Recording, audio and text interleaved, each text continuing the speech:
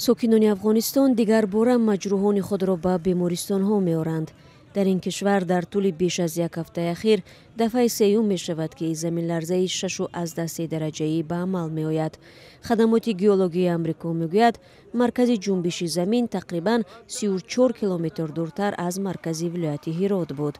مقامات از هلاکت چند نفر و زخمی شدن دست کم 150 کس خبر می دهند. ولی به گفته رهبری گروه امدادی برابر رسیدن نجات بخشان به منطقه آسیب دیده این رقم می تواند افزایش یابد.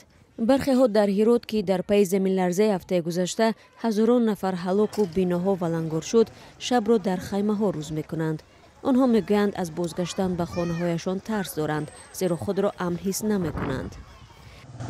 از روزی که اولین زلزله شد ساعت 5 روز مدت 5-6 روز میشه که این خانواده هم آمدن به اینجا اسکان گزین شدن و چون که خانه از اینا اقدر مقایم نیه از ترس زلزله اینا آمدن به اینجا سکونت گزیدن.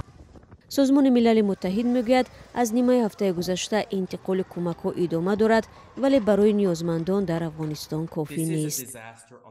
این فلاکت بالای فلاکت است. در حال حاضر ما 15 میلیون نفری داریم که نمیدانند خوراک نوبتی آنها از کجا پیدا می شود. برنامه جهانی آذوقه با سبب کمبود زیادی مبلغ تنها 3 میلیون نفر را دستگیری کرده می تواند. ما از جامعه جهانی دعوت می کنیم که به مردم افغانستان کمک کنند، در همبستگی باشند و اینچنین برنامه جهانی آذوقه را دستگیری نمایند.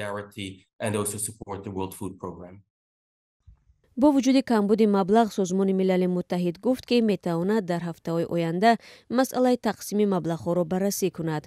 بخش بهداشتی افغانستان که اساساً از کمک‌های خارجی وابسته است پس از به سر قدرت رسیدن طالبان 2 سال به این طرف کساد شده است.